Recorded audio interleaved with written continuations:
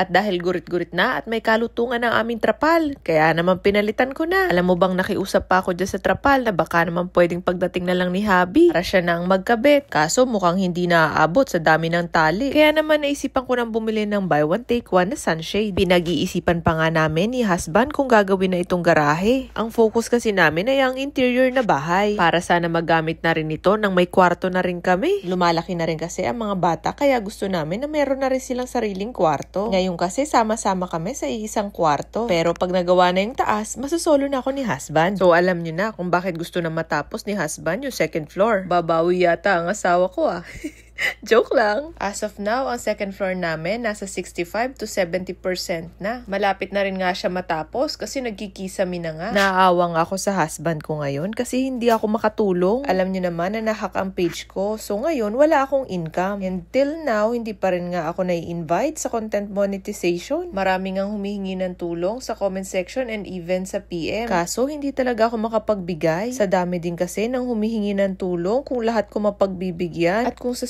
sweldo ni husband ko kukunin, ano nang sasabihin ko sa kanya? Ngayon nga, dami kong dinilit na videos and reels, puro copyright claim. Mabigat nga sa loob ko i-delete kasi ang bawat video ay million views. Iniisip ko na lang na may maganda naman siyang kapalit kung sakaling ma-invite ako. Pero hindi ko nga alam kung hanggang kailan ako maghihintay. Balita ko kasi, yung iba kahit 1 million followers na, hindi pa rin na-invite sa content money. Swerte lang talaga nung iba na kahit 5,000 lang kanilang followers na invite na. Kaya naman mga mom and sir, baka gusto niyo naman po akong i-follow dito sa aking page, sa aking mga kaek-ekan. Mga nagsasawa na po dyan na makinig lagi sa aking mga health teachings. Meron po akong another page, ito na po yun. So dito niyo po makikita kung gaano ako ka-busy araw-araw. O siya, babay na, busy na, bukas na lang ulit.